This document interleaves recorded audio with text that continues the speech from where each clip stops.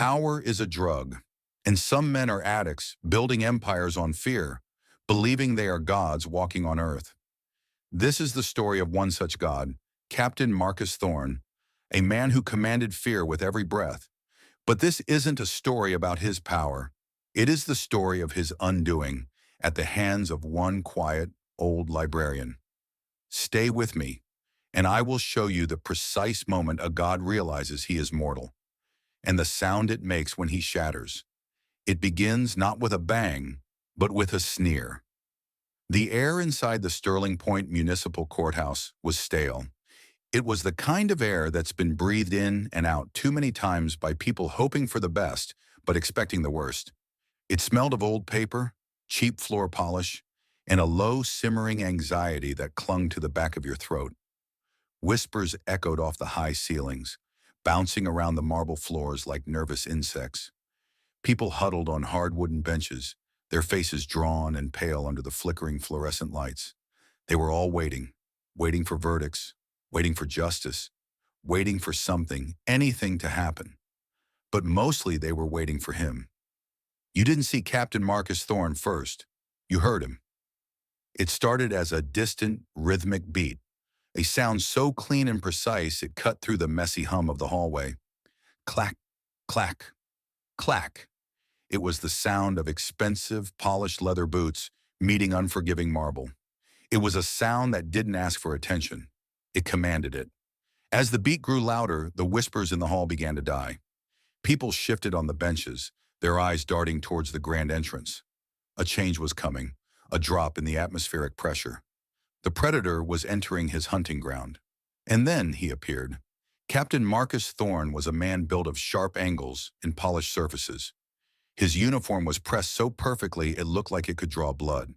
The brass buttons on his chest gleamed like newly minted coins, and the medals pinned above his heart told a story of heroism that the look in his eyes completely denied. He moved with a predatory grace, his shoulders back, his chin held high, his gaze sweeping across the room with a look of utter, bored contempt. He wasn't just a police captain. He was the king of this little broken kingdom, and every soul in this hallway was merely a subject or a speck of dust. He didn't walk through the crowd. He parted it. People leaned away from him as if he gave off a physical heat, a toxic radiation. They found fascinating new details on the floor, in the ceiling, anywhere but in his direct line of sight. To look at him was to be seen by him, and to be seen by Captain Thorne was to be judged, weighed, and found wanting. This was his power, not the gun on his hip or the badge on his chest. His true power was this: the ability to make 100 people in a room feel small, silent, and ashamed, all without saying a single word. His presence alone was an accusation. His eyes, cold and dark like chips of obsidian, finally found their target. At the far end of the hallway, standing alone near the imposing doors of courtroom 4, was Samuel Jones, an old man, a retired librarian. His suit was old but clean, his posture slightly stooped by the weight of 80 years, his hands clasped behind his back. He looked like a fragile piece of history, a relic from a time when words held more weight than weapons. Thorne began to move towards him. The rhythmic clack of his boots was the only sound in the now silent hall. It was a slow, deliberate march, a performance. He wanted every eye on him, on this moment. He wanted them to witness the effortless way he could crush a man's spirit. He stopped just a few feet from Samuel. The air crackled. The tension was a physical thing, a wire pulled taut and humming. Thorne's lips curled into that signature sneer, a subtle, venomous twist of his mouth that conveyed more disdain than 1,000 shouted insults. He let the silence hang for a moment, savoring it. Then he did something that made a woman on a nearby bench gasp and cover her mouth. He gathered saliva in his mouth, a dry, deliberate sound, and spat, not at Samuel, but on the pristine marble floor just beside him. It was an act of profound, intimate defilement, a gesture that said, "You and the ground you stand on are beneath my contempt." "Ornamental garbage," Thorne hissed, his voice a low, gravelly whisper that slithered through the air. "Thinking your dusty books and quiet little principles mean a thing in my city. Pathetic. This was the first emotional peak, the chilling, collective intake of breath from the entire hallway. Everyone heard it, everyone saw it, and everyone did nothing. They were frozen, trapped in the web of fear that Thorn had so expertly woven. They were accomplices in their own silence. Their fear was the fuel for his arrogance, and he was basking in it. But then came the second, more powerful emotional moment. The moment that Thorn, in all his calculated cruelty, did not expect. Samuel Jones didn't flinch. He didn't recoil. He didn't look away. He didn't even blink. His tired, watery eyes, the eyes of a man who had read thousands of stories, simply held Thorn's gaze. There was no anger in them, no fear. There was just a deep, sorrowful stillness. It was the look of a mountain observing a passing storm. It was a silence so profound, so heavy, it seemed to absorb Thorn's hatred and render it inert. In that moment, Samuel's stillness was louder than any shout, more defiant than any clenched fist. He didn't have to say a word. His silence said everything. You can spit on the floor, Captain. You can scream your insults, but you cannot touch me. You cannot touch what is inside me. This quiet, unshakable dignity was something Thorn's power couldn't comprehend. It was like a foreign language his mind refused to translate. He had expected fear, and he had been met with a calm so complete it was almost a judgment. For a fraction of a second, the sneer on Thorn's face faltered. A flicker of confusion, of frustration appeared in his eyes. The god had just found a worshiper who refused to kneel, and hidden in a nearby alcove, watching this entire exchange, was the third emotional peak. Elias Vance, the federal prosecutor, the son, stood as still as a statue. His expensive suit felt like a straitjacket. His hands, deep in his pockets, were clenched so tightly that his nails were biting into his palms, drawing blood. Every rule, every piece of his legal training screamed at him to stay put, to trust the process, to let the system work. He was an officer of the court, but the primal instinct roaring in his blood, the instinct of a son watching his father being threatened by a predator, was a physical force. He could feel his muscles coiling, his heart pounding against his ribs like a war drum. He was a coiled spring, wound so tight that the slightest touch would cause him to explode. He had to force himself to breathe, to remember the plan. But seeing that spit hit the floor, it took every ounce of his discipline not to cross that hallway and end it right there. He was caught between the cold, hard logic of the law and the hot, raging fire of his love. In that single charged moment in the hallway, the entire story was laid bare. It wasn't about a crime or a court case. It was about the collision of two opposing forces, the performative, hollow power of a man like Thorn, which relied on the fear of others to exist, and the quiet, internal strength of a man like Samuel, which needed no audience and answered to no one. True strength doesn't need to announce itself. It simply endures.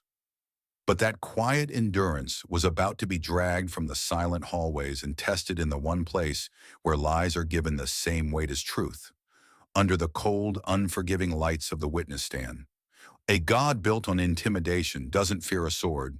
He can see a sword coming. No, he fears something much simpler, a true word, a word spoken without fear. The witness stand was made of old, dark wood, scarred with the history of 1,000 other stories. It was designed to make a person feel small, isolated, exposed under the clinical gaze of the judge, the jury, and the entire room. As Samuel Jones settled into the chair, his small, frail frame seemed swallowed by it. He looked less like a key witness and more like a gentle grandfather who had wandered into the wrong room. This was exactly what Captain Thorn wanted. The stage was set for his next performance. He rose from his table, not with the aggressive energy he'd shown in the hallway, but with a kind of theatrical boredom. He sauntered toward the witness stand, a small, condescending smile playing on his lips. He leaned against the railing, casual, relaxed, as if he were about to ask an old friend for the time. This was a different tactic. Not overt intimidation, but public belittlement. He was going to dismantle this old man, piece by piece, with soft words and a sharp smile. "Mr. Jones," Thorn began, his voice dripping with a false, syrupy respect that was more insulting than any curse. "You were a librarian, is that correct? A keeper of books, fairy tales, fictions." He paused, letting the word fictions hang in the air. "Tell me, sir, is what you're about to share with us today another one of your stories? Something you've cooked up in that quiet little head of yours?" The room was silent, but it was a different kind of silence now. It was the quiet of an audience watching a predator play with its food. Elias Vance felt a hot spike of anger in his chest, but he forced it down. He knew this game. Thorne wasn't seeking information. He was attacking Samuel's credibility, painting him as a senile old man lost in a fantasy world, all before he'd even uttered a single word of testimony. Samuel simply looked at Thorne, his hands resting on his lap. He adjusted his glasses with a slow, deliberate movement. "I have read many stories, Captain," Samuel said, his voice surprisingly steady. "And I have learned that the most frightening monsters are often the ones who wear the most convincing masks." A low murmur rippled through the gallery. The first shot had been fired, and it wasn't from the direction anyone expected. Thorne's smile tightened by a millimeter. It was almost imperceptible, but it was there. He had expected a nervous stutter, a confused denial. He had not expected a calm, articulate jab that so perfectly described him. This was the beginning of the first emotional high point, the slow, dawning realization in Thorne's mind that his opponent was not the feeble old man he appeared to be. "Cute," Thorne sneered, dropping the pretense of respect. "Very poetic. But this is a courtroom, not a library. Let's stick to facts, shall we? Did you or did you not see what you claimed to see on the night of October 12th? "I did," Samuel said simply. "And you're absolutely sure?" "Your eyes? They're not what they used to be, are they, old man?" "It was dark. You were frightened." "My eyes are old, yes," Samuel replied, his gaze unwavering. "But they know the difference between a protector and a predator. And I was not the one who was frightened that night." Thorne's jaw twitched. That was it. The first visible crack. A small, involuntary muscle spasm just below his ear. He was used to controlling the narrative, to leading his victims down a path of confusion and self-doubt. But Samuel refused to walk that path. He answered each loaded question with a simple, unadorned truth, and each truth was like a grain of sand in the gears of Thorne's well-oiled machine of intimidation. Thorne was looking for a crack in Samuel's composure, a sliver of fear he could wedge his cruelty into. But there was nothing, just calm. And that calm was starting to feel like an insult. He pushed off the railing, his demeanor shifting from relaxed bully to irritated interrogator. His voice lost its mocking tone and took on a sharper, more aggressive edge. "A predator, you say? I've been decorated for valor 3 times. I've saved more lives than you've read books. Are you calling me a liar, Mr. Jones?" He leaned in closer, his voice dropping into a threatening growl. "I am not calling you anything, Captain," Samuel said, his voice still impossibly calm. "I am simply telling the court what I saw. The truth does not need me to call it a name. It simply is." And that was the breaking point. The second emotional high point was a sudden, violent explosion of frustration. The truth was that Thorne had no counter-argument. He had no evidence to refute Samuel's testimony, so his only remaining weapon was raw, physical intimidation. The god was running out of tricks. "The truth?" Thorne roared, his voice suddenly filling the entire courtroom. The sudden shift in volume made several jurors jump. "You know nothing of the truth." He took a step forward, his face contorted into a mask of pure fury. And then he did it. With a savage grunt, he kicked the leg of the witness stand chair. Crack! The sound was shockingly loud in the quiet room. It was the sound of wood splintering under a violent impact. The chair lurched sideways, and Samuel cried out, a small, pained gasp as he grabbed the railing to keep from falling. A wave of shock and horror swept through the gallery. The judge banged his gavel, shouting for order, but the damage was done. Thorne stood there breathing heavily, his chest heaving, his eyes wild. He had crossed a line. He had lost control. In that single violent act, he had proven everything Samuel had just said. He had shown the whole room the monster behind the mask. He had physically attacked a defenseless old man on the witness stand because he couldn't break him with words. It was a confession, written not in ink, but in an act of brutal, pathetic rage. And from his seat, Elias Vance watched it all unfold. This was the third emotional peak. He didn't see the violence as a threat anymore. He saw it as a gift. He saw the desperation. The hunter in him smelled the blood in the water. Thorn had just made a fatal error, and he didn't even know it. In his attempt to prove his power, he had exposed his greatest weakness, a profound, deep-seated fear of a truth he could not control. The iron armor had cracked wide open. Thorn's kick wasn't an act of strength. It was the shriek of a man realizing his power was an illusion. He had spent his life building a fortress of fear, and its walls had just been breached by the quiet voice of a tired old librarian. You cannot take from a man something he is willing to lose. His property, his freedom, yes. But his honor, his truth, a man who holds on to those things, truly holds on to them, is untouchable. And that kick, that desperate, ugly act of violence, was the beginning of the end. It was the moment the hunter became the hunted, and the entire game was about to change, in a way no one, least of all Captain Marcus Thorn, could have ever imagined. In the deep, ancient forests, there is a primal rule that governs all life and death. You never, ever let the prey realize that you are the one being hunted. Captain Marcus Thorn was about to break that rule. The kick had been a mistake. He knew it the second his boot made contact with the wood. It was a messy, brutish act, and gods are never messy. Gods are clean, precise, in control. The gasp from the crowd, the judge's furious gavel, the look of sorrowful pity in the old man's eyes. It was all wrong. He was losing the room. He was losing control. The fear he so carefully cultivated was being replaced by something else, something dangerous. Disgust. Humiliation, hot and acidic, flooded his veins. He, Captain Marcus Thorn, decorated and revered, had been reduced to kicking a chair like a common street thug. All because of this quiet, infuriating old man who refused to break. His mind raced, scrambling for a way to regain dominance, to put the fear back into their eyes, to remind them all who he was. And when a tyrant's mind goes searching for a tool of control, it always finds the same, simple answer. He pushed back from the witness stand, his movements now stiff and jerky. The casual, predatory grace was gone. All that remained was raw, exposed rage.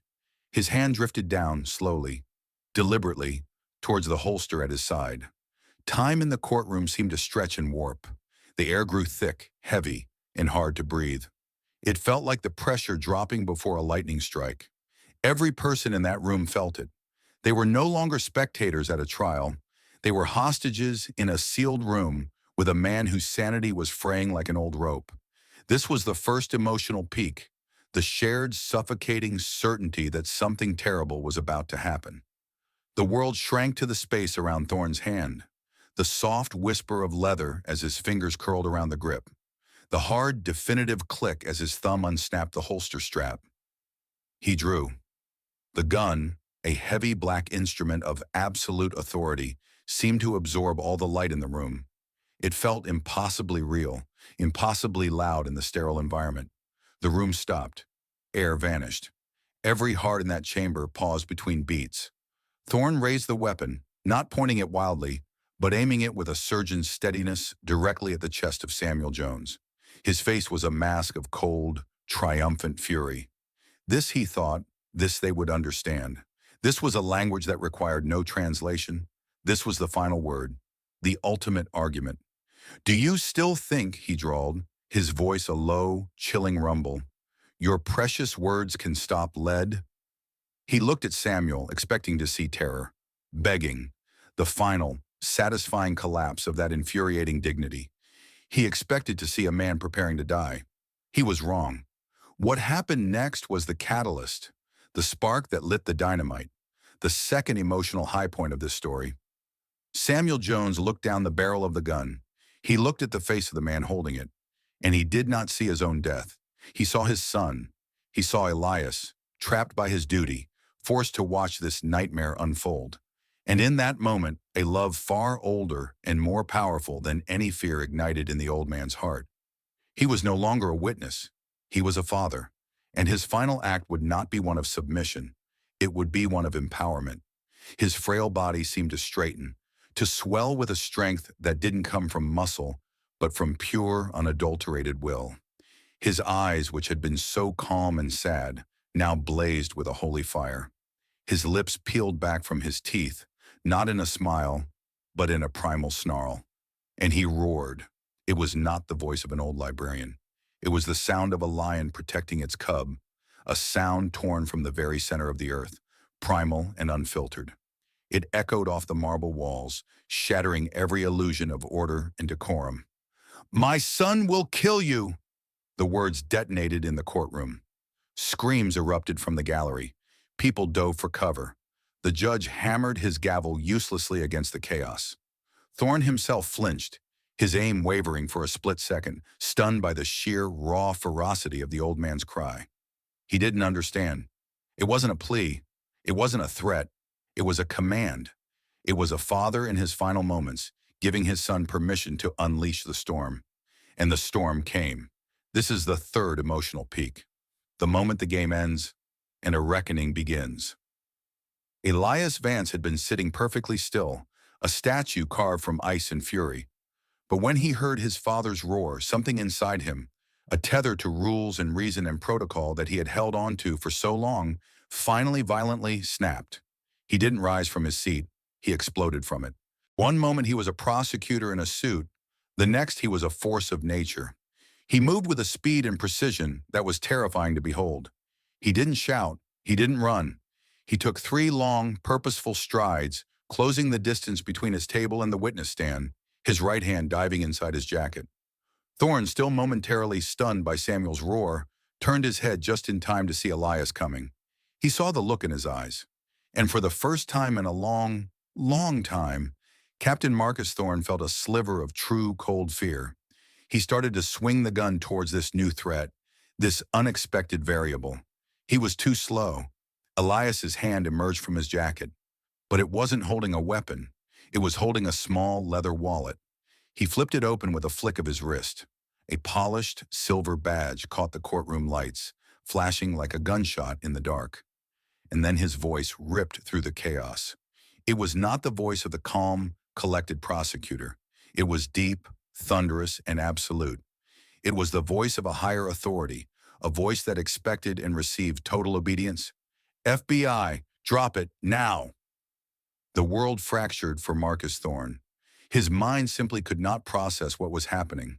The prosecutor was FBI. The son was the law. It was impossible. It was a glitch in the reality he had so carefully constructed. The snarl on his face collapsed, replaced by a grotesque spasm of disbelief. His eyes went wide, the pupils dilating with animal terror. His finger, which had been so steady on the trigger, began to tremble. Elias didn't stop. He kept advancing, his eyes locked onto Thorn's, cold as a winter sky, and twice as merciless. There was no flicker of hesitation, no doubt. In his eyes, Thorn saw his own judgment. "I said," Elias roared, his voice cracking like a whip, "drop the gun, or you will die right here, right now." The words weren't a threat. They were a promise. They detonated in the chamber, vibrating off the walls and embedding themselves into the marrow of every soul present. Thorn's fingers convulsed around the grip of his pistol. His throat bobbed. The ghost of a whimper crawled up his windpipe before dying behind clenched teeth. He was no longer a god. He was no longer a hunter. He was just a man with a gun, facing a far more dangerous predator. Behind the table, Samuel watched, tears of pride and terror streaming down his face. He watched his son become the very embodiment of the justice he had taught him about from books. Elias was now just inches from Thorn. His right arm rose in a smooth, deadly arc, his own weapon now drawn, held parallel to the floor, steady as a rock. He didn't point it at Thorn's chest. He pressed the cold, hard muzzle of the barrel directly against Thorn's temple. The skin puckered under the pressure. "Choose," Elias hissed, his voice so cold it felt like liquid nitrogen dripping straight onto Thorn's exposed soul.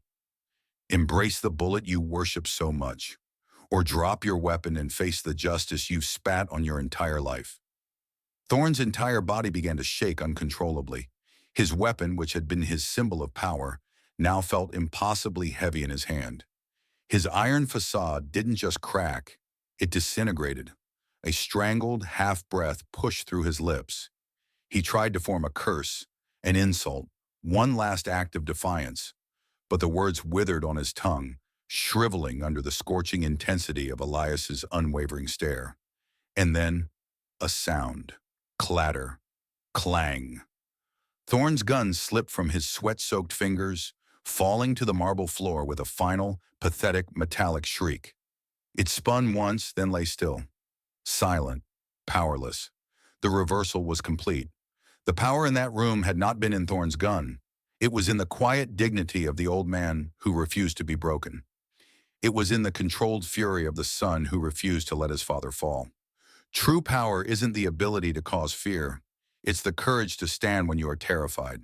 And as Elias kicked the fallen gun away and slammed the cold steel of handcuffs around Thorn's wrists, the only sound the once mighty captain could make was a low, shuddering sob. The sound of a monster realizing the cage it had built for others was now its own. When the stage lights go dark and the curtain falls, the performer leaves. But the monster is left all alone in the dark, with the only thing it has ever truly feared, the deafening echo of its own emptiness. The chaos in the courtroom after Thorn's gun clattered to the floor was not the sound of victory. It was the sound of a vacuum, the sudden roaring silence that comes after a bomb has gone off. The guards, who had been frozen in place like everyone else, finally surged forward. They didn't handle Thorn with the deference owed to a captain. They handled him like a piece of dangerous, unpredictable machinery that had finally broken down. They hauled him to his feet, and this was the first emotional peak of the aftermath, the physical transformation.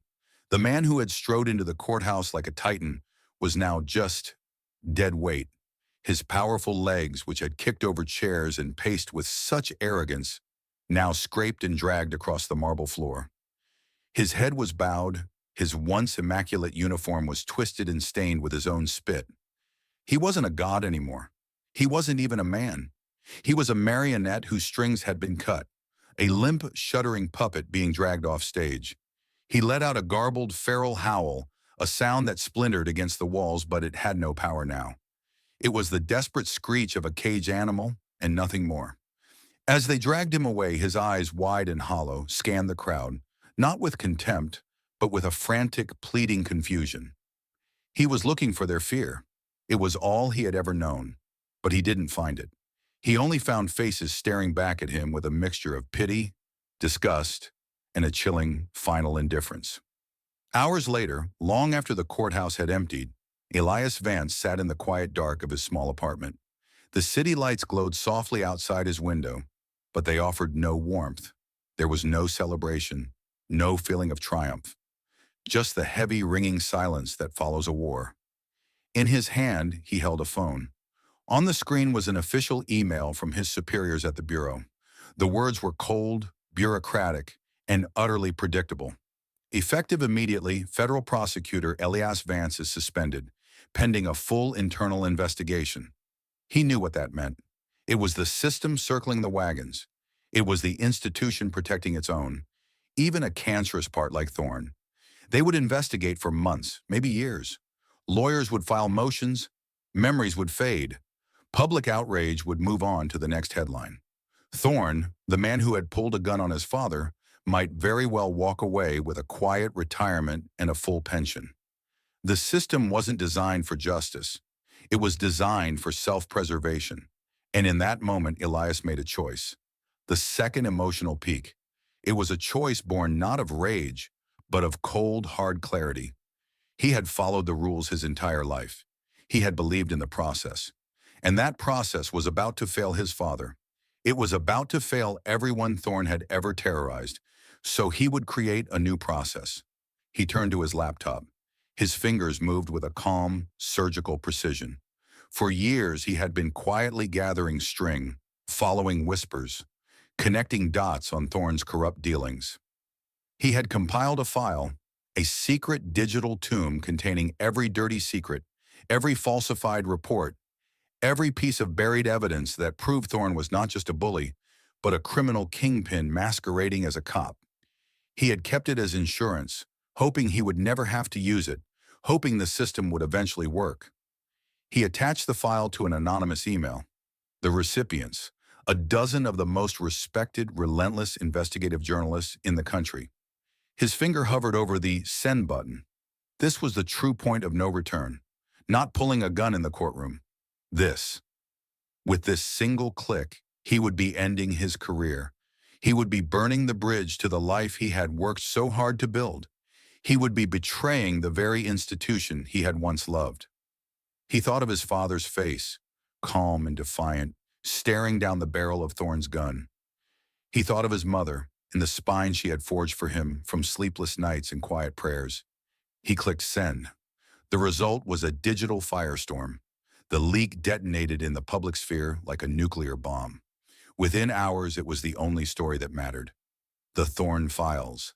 The face of a corrupt badge. News channels broke into regular programming. Headlines screamed from every website. The carefully crafted image of Marcus Thorne, the city hero, was not just tarnished, it was obliterated. The documents, raw and undeniable, laid his corruption bare for the world to see. And in a small concrete cell, a television on the wall was broadcasting it all. This is the final, most brutal emotional peak of the collapse. Thorne sat on the edge of his cot, shackled, watching his life's work of lies burn down in real time. He saw his own snarling face on the screen. He heard a reporter reading excerpts from his own falsified reports. He saw photos of the victims he had silenced, their faces now haunting him from the flickering screen. The reality of his situation, the finality of it, finally broke through his narcissism. He began to tremble, a low, guttural moan escaping his lips. Then, the moan turned into a shriek. He launched himself off the cot, throwing his body against the reinforced steel door, his fist pounding until the skin split and smeared blood across the cold metal. "Lies!" he screamed at the silent walls. "All of it! Lies!" He stumbled back and slid down the wall, his head hitting the concrete with a dull thud. He began to rock back and forth, a broken child. "They can't win," he sobbed, his voice cracking into a high-pitched, inhuman whine. "You hear me? They can't fucking win." He wasn't talking to the guards. He wasn't talking to anyone. He was screaming at the universe, at the concept of truth itself, which had risen up like a vengeful ghost to devour him. He covered his ears, trying to block out the sound of the reporter on the TV, but the voice was already inside his head. It was the echo of his own crimes, the whispers of his victims, all coming back to him in a deafening chorus. He banged his head against the wall, once, twice, a wild, futile attempt to silence the noise inside. Froth and spittle bubbled at the corners of his mouth. The god in the hallway was gone. The monster in the courtroom was gone. All that was left was this, a pathetic, weeping shell of a man, drowning in the ruins of the empire he had built. When a tyrant is stripped of his power, of the fear he inspires, there is nothing left. He isn't a man. He is a vacuum, a hollow space once filled with the arrogance and cruelty he stole from others. A person is only truly defeated when they are forced to see themselves, without mask or uniform, in the harsh, unforgiving light of the truth. And this broken man, this ghost howling in a cage, was about to be put on display one last time, not for judgment, but for the final, public burial of a myth. The final trial wasn't to convict a man. There was no man left to convict. It was a ceremony, a public ritual to bury a ghost. When the doors to courtroom 4 opened for the last time, the atmosphere was unrecognizable. The air was no longer thick with anxiety and fear. It was thin, solemn, and still. The people who filled the benches weren't there for a spectacle. They were there to bear witness, to see with their own eyes that the long night was finally over. It felt less like a sentencing and more like a funeral for a disease that had plagued the city for decades. The silence in the room wasn't one of fear. It was one of reverence. Reverence for the truth that had cost so much to bring into the light. Then they brought him in. And this is the first stark emotional high point of the end. The visual confirmation of a soul's complete decay. This was not Captain Marcus Thorne. This was his echo. This was the empty space he left behind. He shuffled into the room, his feet barely lifting from the floor, the chains on his ankles whispering against the marble. His prison uniform hung on his skeletal frame like a shroud. His skin, once taut with arrogance, now sagged pale and yellowed, clinging to the sharp angles of his bones. But it was his eyes that told the real story. They were hollowed-out things, sunken dark pits that seemed to absorb the light around them and give nothing back. They were not the eyes of a predator. They were not even the eyes of a man. They were the vacant, unseeing eyes of a ghost already lost in its own personal hell. He was guided to his seat, and he collapsed into it, a puppet whose master had simply let go of the strings. He stared at the table in front of him, his body occasionally twitching with a faint, uncontrollable tremor. The proceedings began. It was a formality. The evidence, thanks to Elias's leak, was overwhelming and public. The guilty verdict was a foregone conclusion. The judge, a man whose courtroom had once been Thorne's personal stage, spoke in low, measured tones.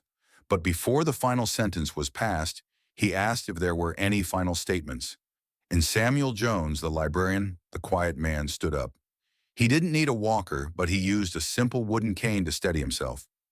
Every joint in his body seemed to creak in protest, but he stood tall, his spine a column of quiet, unyielding defiance. He did not look at the judge. He did not look at the jury. He looked directly at the empty shell of Marcus Thorne, and he began to speak. This was the second and most profound emotional peak. This was the final word, the librarian's eulogy for a fallen tyrant. For my entire life, Samuel began, his voice not loud but carrying a resonant clarity that filled every corner of the room, I have lived among stories, stories of heroes and villains and monsters. And the greatest lesson I have learned is that the most fearsome monsters are not the ones who breathe fire or wield great swords. They are the ones who are empty inside. They are the ones who must feed on the fear of others to feel whole. He took a slow, rattling breath. I look at you now, Mr. Thorne, he continued, his voice softening, not with pity, but with a kind of clinical, philosophical sadness. And I do not see a monster. Monsters have power. Monsters inspire a terrible awe. You are just a hollow thing. Your entire life was a performance. You wore a uniform like a costume. You used your badge like a prop. And you wielded fear like a stage light, hoping its glare would be so bright that no one would see the terrified little boy hiding behind it. Thorne's head twitched at the mention of the word fear. A low moan escaped his lips, a sound like air leaking from a punctured tire.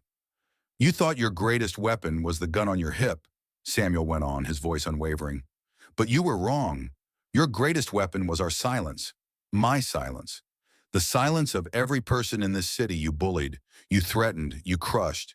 You feasted on our quiet resignation. But the funny thing about silence, Captain, is what happens when it's broken. The truth doesn't need to shout. It only needs to be spoken once, clearly, for the entire theater of lies to collapse. You did not fear me. You did not fear my son. You fear the truth. You fear it more than a bullet, more than a prison cell, because the truth showed you what you really are. Not a god, not a king, just a sad, empty man who built his castle on the sand of other people's pain. And now, the tide has come in. Samuel finished speaking. He stood there for a moment longer, his gaze fixed on the broken man at the defendant's table. Then, with a slow nod to the judge, he turned and made his way back to his seat. The room was utterly still. No one moved. No one breathed. Samuel had not condemned Thorne. He had simply explained him. He had dissected his soul with the calm precision of a scholar, and what he revealed was not a monster, but a void. The judge cleared his throat, his own voice thick with emotion. He read the sentence. Life in prison. No possibility of parole. a string of legal terms that were just footnotes now. The story was already over. As the guards moved to take Thorn away for the last time, he didn't even struggle. He just shuffled his feet, his vacant eyes staring at nothing. The god was being led from his temple, and he didn't even seem to notice. And then came the final, quiet, emotional moment. As the courtroom began to stir, Elias reached over and placed his hand on his father's shoulder. Samuel looked up and their eyes met. No words were needed. In that single shared glance, an entire lifetime of fear, sacrifice, and love was exchanged. It was a look that said, "We did it. We survived. We are free." It was not a victory marked by cheers or applause. It was a victory marked by a deep shared breath, a quiet, profound peace. The empire of Marcus Thorn had not been destroyed by a bomb or a bullet. It had been dismantled piece by piece by the quiet courage of an old man and the unwavering love of his son. His power, once so absolute, had dissolved into nothing, leaving behind only the ashes of a myth. Light does not need to shout to banish the darkness. It only needs to be allowed to shine. And with the ghost finally laid to rest, father and son could now walk out of the courtroom, out of the shadows, and into the light of a new day. A day whose sky was, for the first time in a very long time, completely and utterly unlocked. Imagine this. Later that night, long after the last camera flash has faded and the last headline has been written, two men stand on a quiet, wooden porch. The air is cool and sharp, carrying the scent of damp earth and the promise of autumn. Above them, the night sky stretches out in a vast, velvet expanse, so deep and endless it seems to drink in every cry and every prayer that has ever been uttered. Samuel Jones leans against the railing, the old wood groaning softly under his weight. He looks up, his eyes, which have seen so much pain, now reflecting the distant, steady light of the stars. He breathes in, a long, slow inhale, as if he is tasting the night air for the first time in 30 years. "Son," he starts, his voice heavy but clear. "The sky, it doesn't feel locked anymore." Elias comes to stand beside him, their shoulders almost touching. He follows his father's gaze up into the infinite dark. A small, weary smile touches his lips. "No, Dad," he says, his voice a low, reverent murmur. "From now on, it will never be locked again." As he speaks, a sudden, brilliant streak of silver tears across the heavens. A shooting star, slicing the darkness open in a single, defiant blaze of glory. A final cosmic signature on the promise they have just made. This story, in the end, wasn't just about the fall of a tyrant like Marcus Thorn. It's about a timeless truth. Empires built on fear are illusions. They are brittle fortresses with foundations of sand, because they depend on one thing: our belief in their power. The moment we stop being afraid, the moment one person stands up and speaks a quiet truth, the walls begin to crumble. Monsters are not defeated by swords or by guns. They are defeated when they are unmasked, and we see the pathetic, frightened thing that was hiding behind the roar all along. You may never have to face a Captain Thorn in a courtroom, but you will face your own battles. You will face moment